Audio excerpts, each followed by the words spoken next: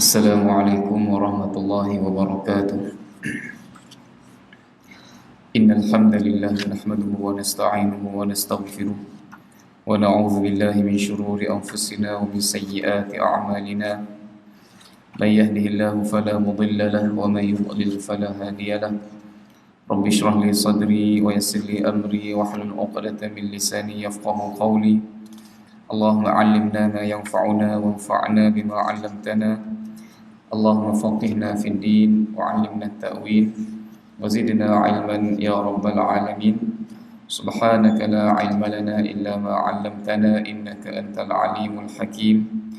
Wa la hawla wa la quwwata illa billahil 'aliyyil 'azim. Alhamdulillah, syukur kepada Allah Subhanahu wa taala yang menghimpunkan kita pada pagi ini.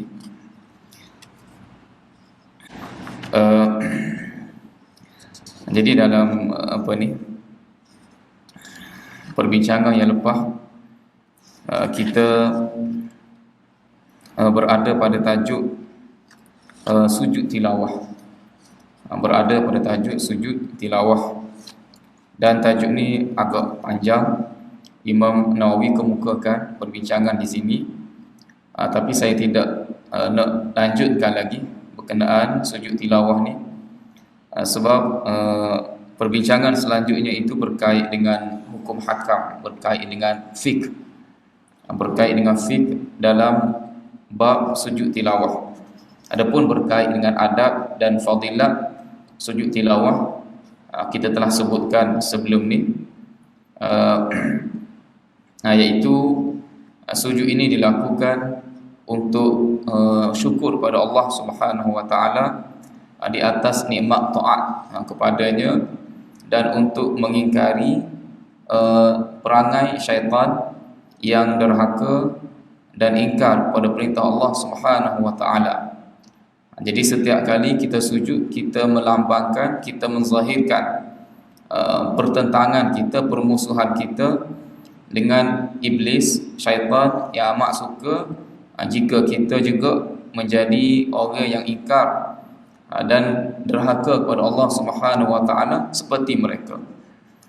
Jadi kita telah sebutkan, Imam Nawawi telah sebutkan tempat-tempat, berapa tempat dalam Al-Quran kita sangat-sangat digalakkan untuk sujud tilawah, dan juga satu tempat dalam surah Sad tidak digalakkan untuk sujud walaupun ada simbol kubah dalam Al-Quran yang kita gunakan.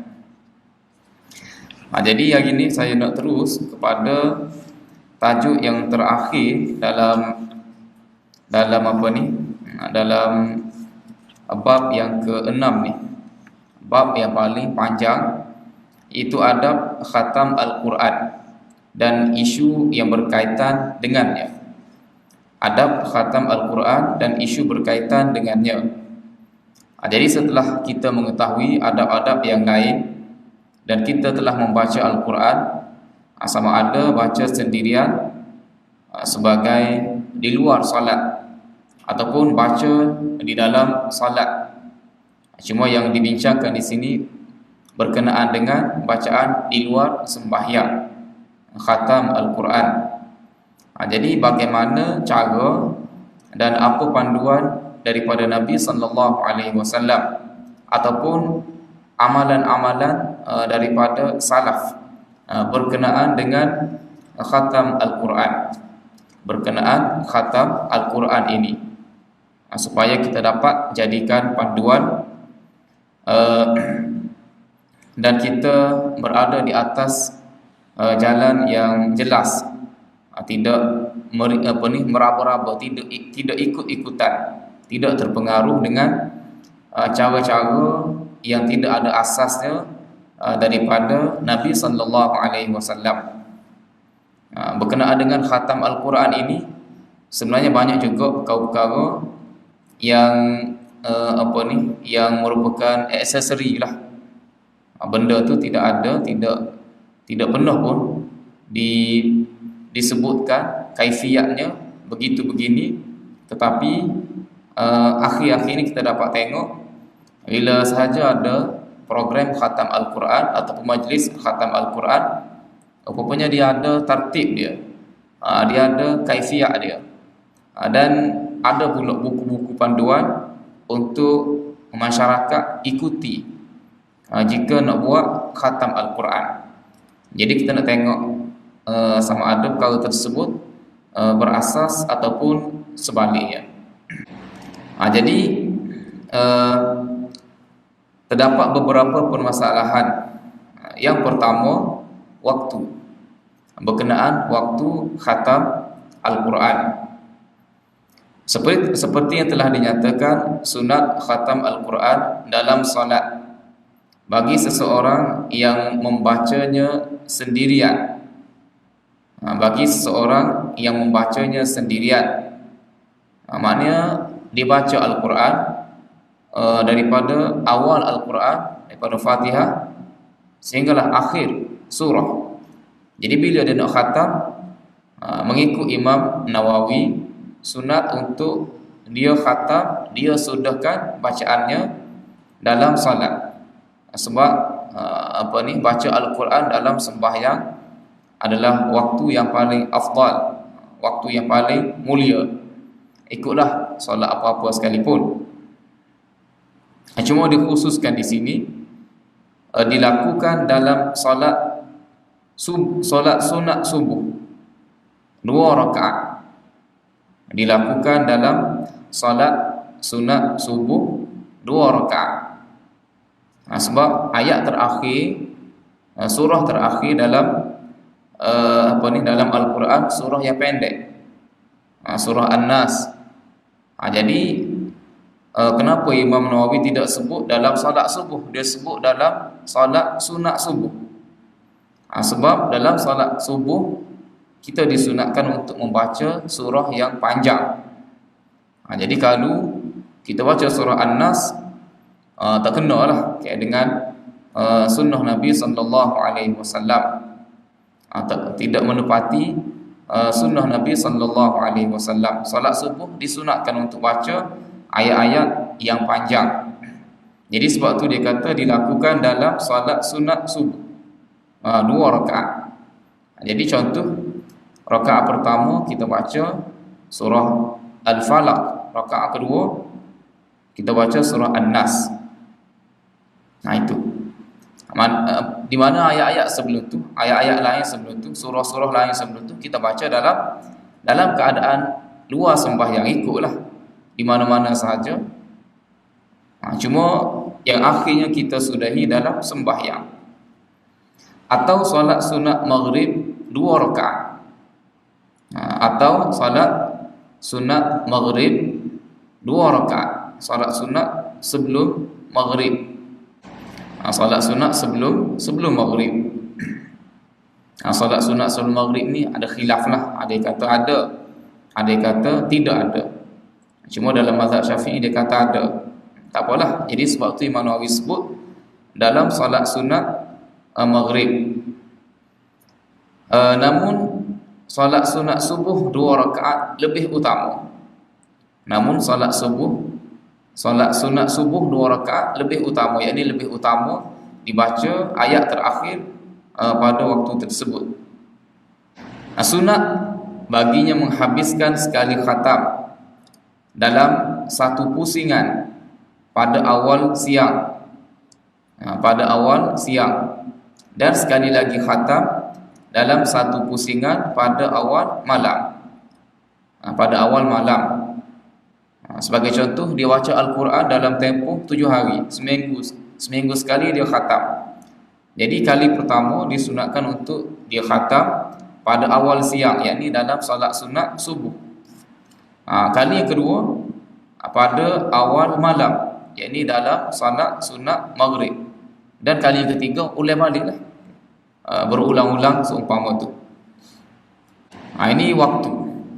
Orang yang khatam Al-Quran di luar salat, orang yang khatam Al-Quran di luar salat, maknanya dia tidak baca ayat terakhir dalam sembahyang, dan kumpulan yang mengkhatamkannya bersama-sama.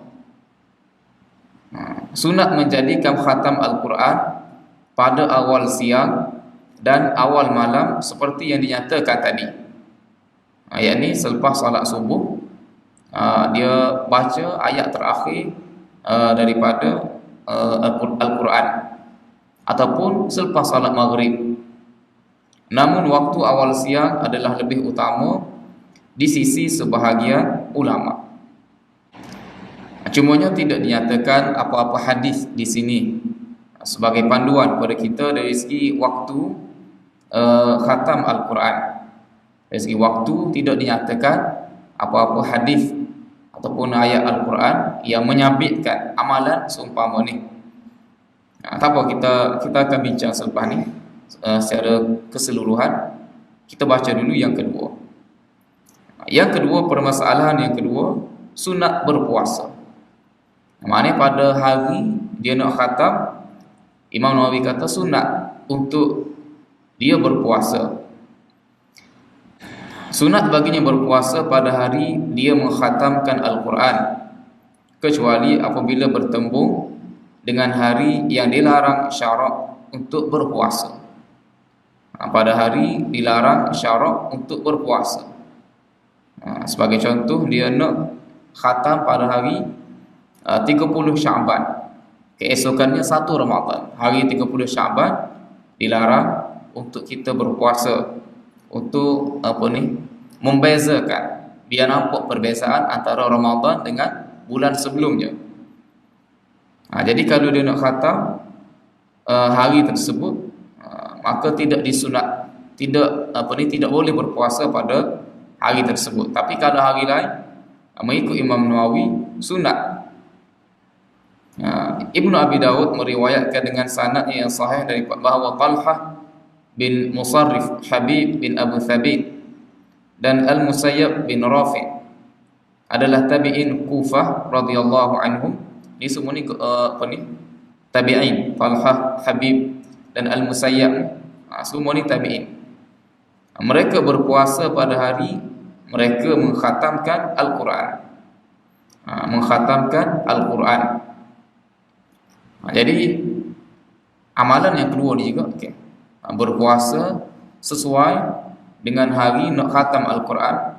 Jika Imam Nawawi tidak kemukakan apa-apa nas yang sabit daripada hadis Nabi sallallahu alaihi wasallam, cuma dikemukakan amalan tabi'in. Amalan tabi'in ini masih dikategorikan sebagai golongan salaf. Jadi mereka berpuasa pada hari mereka mengkhatamkan Al-Quran. Pada hari mereka mengkhatamkan Al-Quran. Kalau kebetulan dengan hari Isnin, boleh jadi sekaligus puasa sunat Isnin ataupun hari Khamis ataupun hari-hari putih Ayyamul Bid ataupun puasa sunat yang lain. Puasa sunat Nabi Daud sebagai contoh, mereka ni beramal dengan puasa sunat Daud, 1 hari berpuasa, 1 hari tidak berpuasa dan seterusnya. Ini pun tidak ada tidak dikemukakan nas daripada Nabi sallallahu alaihi wasallam. Okey, tak apa, lepas ni kita akan bincang permasalahan yang ketiga, majlis khatam Al-Quran. Majlis khatam Al-Quran. Jadi Imam Nawawi kata sunat menghadiri majlis khatam Al-Quran dan ia sangat dituntut. Ia sangat dituntut. Sebuah hadis diriwayatkan dalam As-Sahihain daripada Ummu Atiyah, anna Rasulullah sallallahu alaihi wasallam amara al-huyyad bil khuruj yawm al-'aid fayashhadana al-khaira wa da'watal muslimin. Artinya Rasulullah sallallahu alaihi wasallam memerintahkan wanita-wanita yang didatangi haid untuk keluar pada hari raya, lalu menyaksikan pelbagai kebaikan dan menghadiri jemputan kaum muslimin. Dalam hadis ini tidak disebutkan dengan jelas berkenaan dengan hadir majlis khatam Al-Quran. Cuma disebutkan berkenaan dengan menghadiri jemputan kaum muslimin. Sebenarnya hadis ini berkait dengan hari raya. Hari raya. Jadi boleh jadi Imam Nawawi nak kaitkan dengan menghadiri jemputan kaum muslimin wa da'watal muslimin. Wa da'watul muslim itu boleh jadi yang menjemput itu mengadakan mengadakan majlis khatam Al-Quran dan seumpamanya. Jadi boleh jadi dengan cara begitu Imam Nawawi berhujjah dengan hadis ini. Tapi kalau nak tengok dari segi zahir, lafaz hadis ini tidak jelas menyatakan menghadiri majlis khatam Al-Quran. Menghadiri majlis khatam Al-Quran. Ad-Darimi dan Ibnu Abi Daud meriwayatkan dengan sanad mereka berdua daripada Ibnu Abbas radhiyallahu anhuma annahu kana yaj'alu rajulan yuraqibu rajulan yaqra'ul Qur'an fa idza arada an yakhtima a'lama Ibnu Abbas fa yashhadu dhalik. Beliau pernah menyuruh seorang lelaki untuk memerhatikan lelaki lain yang ni Ibnu Abbas. Dia perintahkan seorang lelaki untuk memerhatikan orang lain yang sedang membaca Al-Quran. Apabila lelaki itu hendak mengkhatamkan Al-Quran, maka dia akan memaklumkan kepada Ibnu Abbas. Lalu beliau akan pergi menyaksikannya.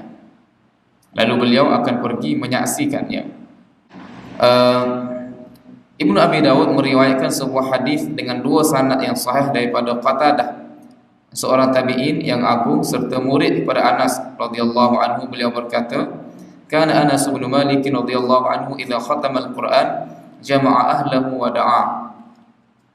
Apabila Anas bin Malik ingin mengkhatamkan Al-Quran, beliau akan mengumpulkan ahli keluarganya dan berdoa. Ini dalam hadis ini disebutkan amalan sahabat. Amalan sahabat. Begitu juga dalam hadis sebelumnya amalan sahabat.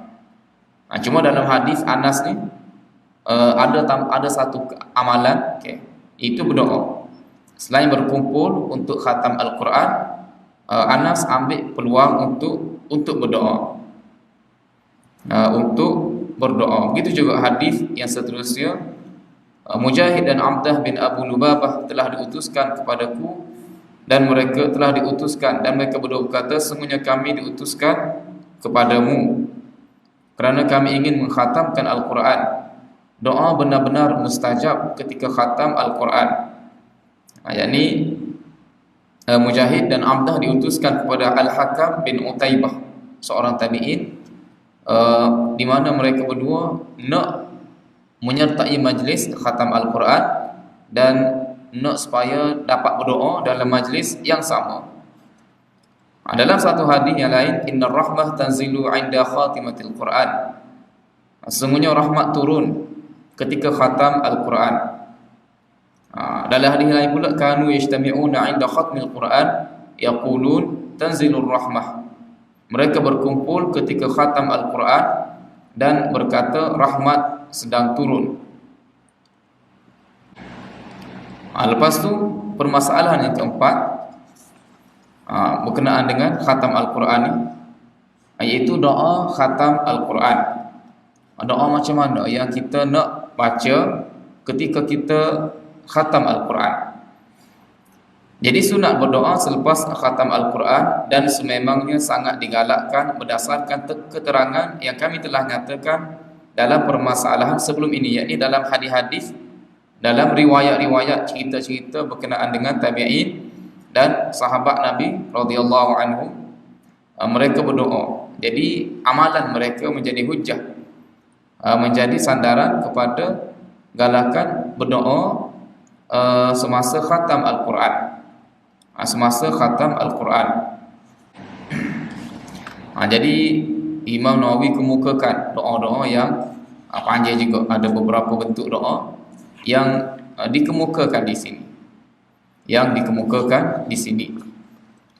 Cuma berbalik kepada khatam Al-Quran, majlis khatam Al-Quran. Majlis khatam Al-Quran. Jika di tempat kita ni, dia ada satu majlis. Ini berleluasa lah, kita kata diamalkan dengan begitu meluas, di mana-mana tempat sahaja.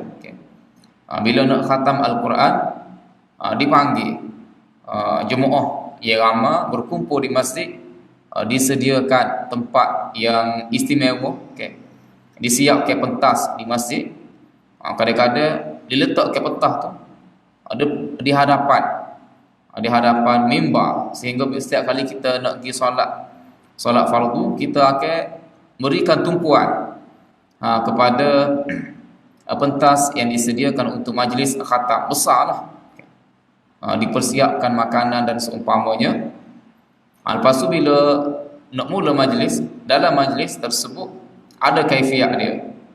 Mula-mula sekali baca Fatihah beramai-ramai, lepas tu baca Ad-Duha beramai-ramai, sudah baca Ad-Duha, baca La ilaha illallah wallahu akbar. Lepas tu baca surah seterusnya, surah Alam Nashrah dan surah-surah yang lain, sehinggalah sampai ke ayat surah terakhir daripada Al-Quran.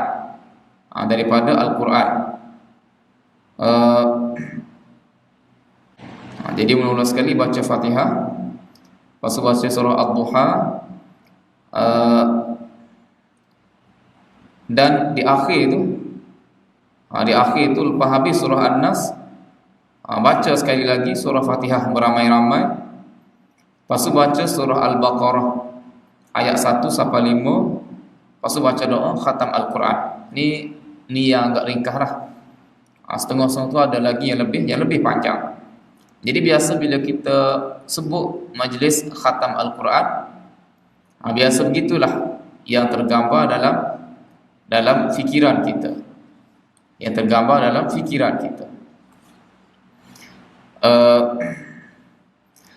Saya pernah berada dalam satu majlis khatam Al-Quran yang saya rasa mungkin lebih tepat, iaitu khatam hafal Al-Quran. Sebab kalau semata-mata khatam baca, itu seperti mana yang kita banyak dilakukan oleh masyarakat kita.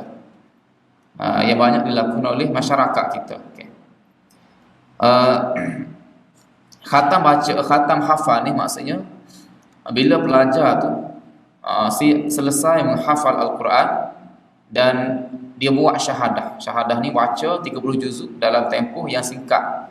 Dia ada beberapa cara lah, sama ada dia baca dalam tempoh 3 hari 10 juzuk sehari, ataupun 2 hari 15 juzuk sehari, ataupun sehari 30 juzuk sehari.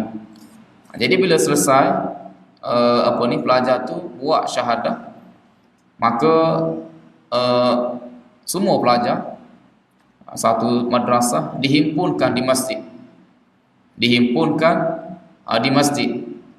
dan pelajar tersebut yang khatam tu dia akan tampil ke depan dan dia akan baca ayat-ayat terakhir daripada Al-Quran, simboliklah kepada khatam. Beberapa surah terakhir, lepas tu dia baca pula surah Baqarah. Dibaca pula surah Baqarah, permulaan surah Baqarah. Dan lepas tu kita Syekhul Hadis, guru yang paling utama lah di sebuah madrasah yang mengajar Sahih Bukhari dan lain-lain, dia akan doa untuk pelajar tu, dan juga untuk keluarga dia, dan juga untuk seluruh muslimin dan muslimat. Doa umum, doa supaya pelajar tersebut dapat jaga hafalannya, dapat berbakti, berkhidmat kepada masyarakat, menjadi pendakwah dan seumpamanya, dan supaya keluarganya mendapat keberkatan daripada usaha pelajar tadi. Jadi selesai majlis ringkas sahaja, tidak ada pentas dan seumpamanya, di dalam masjid sahaja. Dalam masjid sahaja, disediakan sedikit satu kerusi, pelajar tu mari ke depan baca. Selesai bacaan, Mufti Syekhul Hadis tadi baca doa. Selesai berdoa, semua pelajar peluk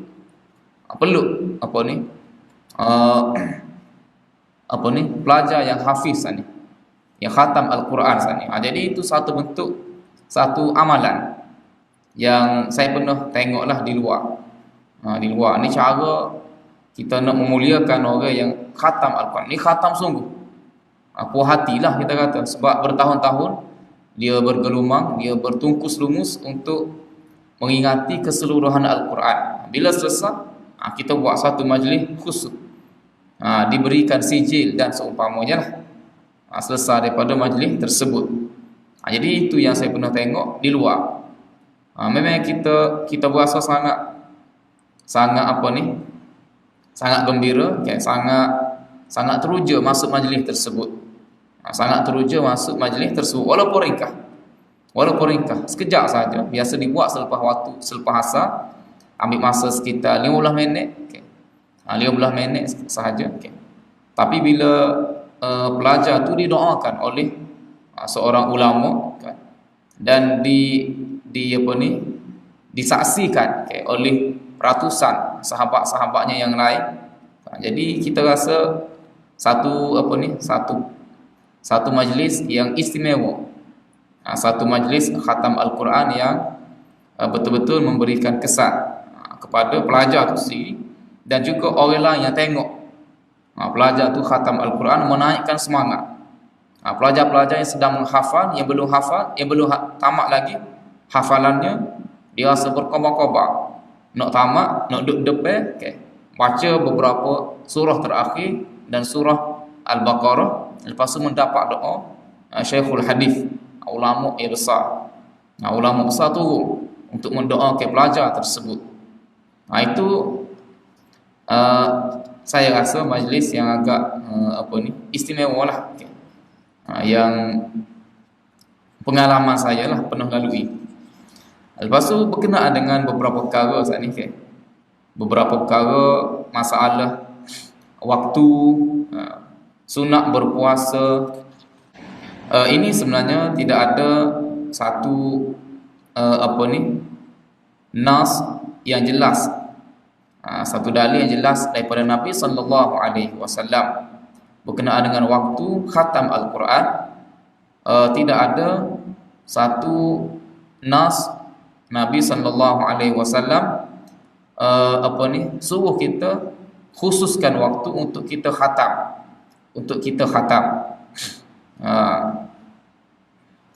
cumanya mungkin para ulama sebutkan seumpama tu sebab mengambil peluang waktu-waktu tersebut, waktu-waktu yang mulia, yang diberkati. Waktu pagi kita baca permulaan hari kita, kita baca wirid-wirid tertentu, begitu juga waktu petang. Jadi mengambil kesempatan waktu tersebut, mungkin dari segitu sahajalah. Cuma nak khususkan khatam pada waktu tersebut tidak ada dalil yang jelas. Bermakna kita bebas, bila masa sahaja kita boleh khatamkan Al-Quran.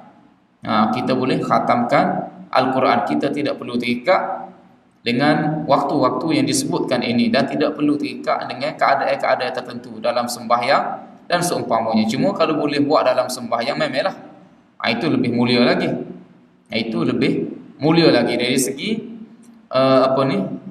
sembahyang, baca Al-Quran, zikir dalam sembahyang adalah waktu, suasana, keadaan yang paling mulia. Dari segitu sahaja. Ini bukan bermakna para ulama salafus salih telah melakukan perkara baharu, tidak. Cuma dikaitkan sebab khatam Al-Quran ini satu amalan yang mulia. Jadi nak menambahkan lagi, nak memuliakan lagi, maka dikaitkan dengan waktu-waktu yang mulia, keadaan-keadaan lain yang mulia, untuk kira-kiranya mereka gabungkan zikir khatam Al-Quran, zikrullah yang paling mulia dengan waktu yang mulia, dengan keadaan yang mulia. Itu sahajalah. Itu sahaja. Dalil-dalil berkenaan dengan waktu ni ada kelebihan. Baca Al-Quran dalam solat ada kelebihan, itu ada disebutkan dalam hadis-hadis yang lain. Dari segitu sahaja. Jadi kalau kita nak khatam, dari segi kefahaman kita, waktu khatam Nabi tidak ada berikan panduan yang khusus berkenaan dengan waktu khatam. Bermakna kita sunnah Nabinya, kita boleh khatam pada bila-bila masa sahaja. Bila-bila masa sahaja. Khatam pada waktu tertentu dalam sembahyang, itu untuk menambahkan lagi kemuliaan, menambahkan lagi pahala dan seumpamanya. Itu sahaja. Begitu juga berpuasa pada hari nak khatam. Ini pun tidak ada asal, tidak ada panduan, tidak ada nas yang jelas daripada Nabi sallallahu alaihi wasallam. Cumanya kalau kita berpuasa khatam dalam keadaan puasa lebih baik. Lebih baik. Semacam kita sebut saat inilah. Para salaf dia nak gabungkan keadaan-keadaan amalan-amalan yang mulia untuk lebih memuliakan lagi, menambahkan lagi pahala. Bukannya nak cerita ini adalah Nabi sallallahu alaihi wasallam telah buat begini. Sunat berpuasa untuk khatam Al-Quran. Sunat berpuasa untuk khatam Al-Quran dari segi tadi. Dari segi kita nak gabungkan, nak himpunkan amalan-amalan yang baik, amalan-amalan yang mulia dengan amalan khatam Al-Quran. Itu sahaja. Itu sahaja. Lepas tu yang ketiga berkenaan dengan majlis khatam Al-Quran. Majlis khatam Al-Quran. Jadi ada ke tidak Nabi sallallahu alaihi wasallam dan para sahabat berhimpun untuk majlis khatam Al-Quran. Jadi mengikut riwayat-riwayat yang sahih, sebenarnya tidak ada Nabi sallallahu alaihi wasallam melakukannya ataupun menyuruh memerintahkan kita untuk melakukan buat majlis khatam. Buat majlis khatam seperti yang terdapat yang dilakukan oleh ramai pada hari ini. Namun di kalangan salaf ada yang mengamalkannya. Jadi seperti mana yang kita sebutkan, Anas bin Malik bila dia khatam, dia himpunkan keluarganya dan berdoa. Jadi ini bukannya satu amalan khusus. Ajaran Nabi bila nak khatam kena berhimpun, tidak mesti berhimpun. Cuma boleh jadi Anas bin Malik himpun tu untuk supaya menambahkan lagi kita kata himmah, semangat, menambahkan lagi nak mendidik anak-anak. Tengok ayah dia khatam Al-Quran. Tengok si ayah dia seminggu sekali, sebulan sekali tengok. Jadi perkara itu akan memberi kesan. Maknanya dari segi tarbiyah. Boleh jadi dari segi tarbiyah. Bukan nak cerita Anas telah telah reka satu amalan baru. Bila nak khatam kena berhimpun. Tidak. Tidak. Jadi majlis khatam Al-Quran, majlis khatam Al-Quran ini tidak ada dalil daripada Nabi sallallahu alaihi wasallam. Cumanya kalau nak buat juga tidak tidak jadi masalah. Tidak jadi masalah, boleh untuk sekadar nak menimbulkan semangat. Nak menimbulkan semangat. Cumanya asal khatam Al-Quran ni tidak memerlukan majlis. Tidak kata bila khatam kena buat majlis. Tidak. Apatah lagi jika khatam tu khatam ia baca, setiap yang baca tu setiap orang baca sikit-sikit. Seperti kita sebut sebelum ni. Muka surat ni dia baca, muka surat lain orang lain baca. Jadi sebenarnya tidak ada khatam pada setiap orang yang hadir dalam majlis tersebut. Jadi ni ada beberapa panduan daripada satu jabatan mufti di Malaysia ni berkenaan dengan khatam Al-Quran, majlis khatam Al-Quran. Berkenaan dengan majlis khatam Al-Quran. Jadi panduan pertama dia kata tidak menganggap khatam Al-Quran memerlukan majlis khatam Al-Quran. Jika sesiapa membaca keseluruhan Al-Quran tanpa mengadakan majlis khatam, tidak mencacatkan pahala pembacaannya. Tidak kata bila khatam kena majlis. Kalau tak majlis kurang pahala dia, sama sahaja. Sama sahaja. Bahkan tidak perlu kita tidak perlu kita membebankan masyarakat. Sebab kadang-kadang bila kita buat sesuatu majlis dan kita buat tu dalam bentuk yang apa ni, yang orang panggil grand, okay? Membebankan, menyebabkan rasa berat, takalluf. Takalluf nak buat tu kena jemput qari-qari tertentu, okay? Kena bayar pula berapa ringgit, okay? Kena buat makanan yang yang istimewa pula, kena sediakan tempat pentas dan seumpamanya, kena jemput ramai lah. Setengah-setengah tu majlis khatam pakai baju putih belaka, okay? Dia adalah di sebalik tu, tak tahulah, okay? Wallahu alam, sama ada dia faham ada kelebihan tertentu jika pakai baju putih dan seumpamanya. Jadi beripung. Jadi sekadar nak buat majlis khatam untuk meraihkan macam kita sebut saat ni, okay? Pelajar yang hafiz Al-Quran, itu dibenarkan.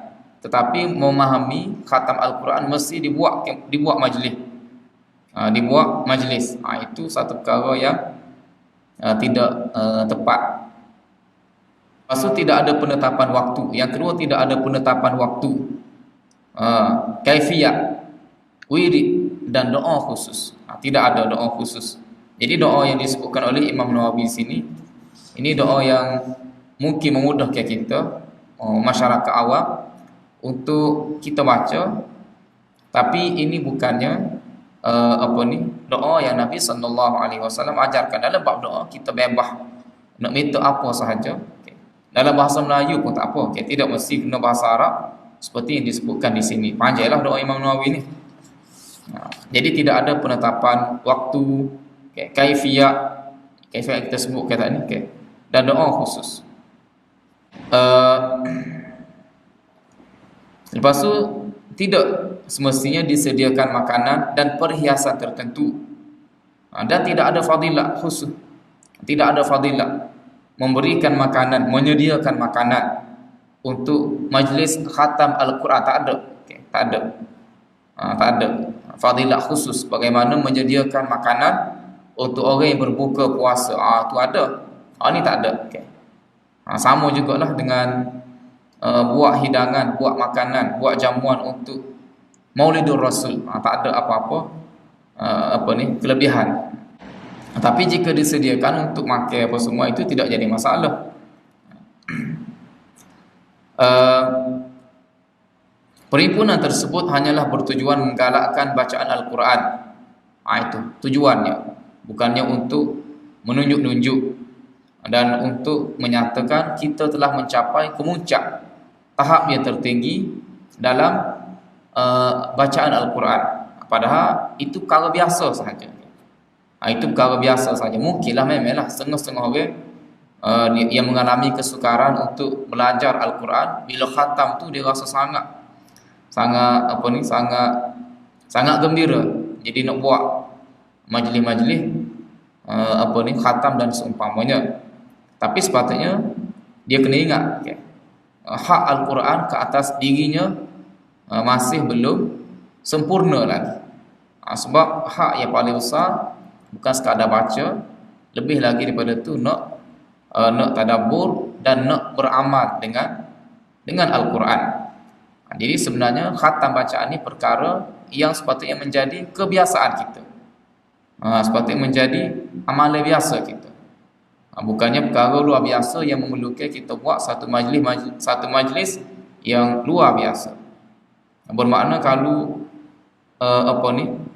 kalau khatam Al-Quran tu, okay, dianggap sebagai satu perkara yang paling istimewa lah, kemuncak. Bermakna tahap kita, okay, prestasi kita dengan Al-Quran ni berada pada tahap yang sangat rendah. Orang lain tak sibuk pun, okay, nak buat majlis yang grand, yang khatam ni semata-mata kerana khatam. Orang lain kalau buat majlis pun khatam dalam bentuk yang lain, khatam tadabbur ke seumpamanya, okay, barulah ada rasa yang istimewa. Tak apalah. Lepas tu majlis tersebut tidak mengganggu orang lain dengan bacaan, khususnya dalam masjid atau di tempat-tempat yang dikhususkan untuk perkara yang lain.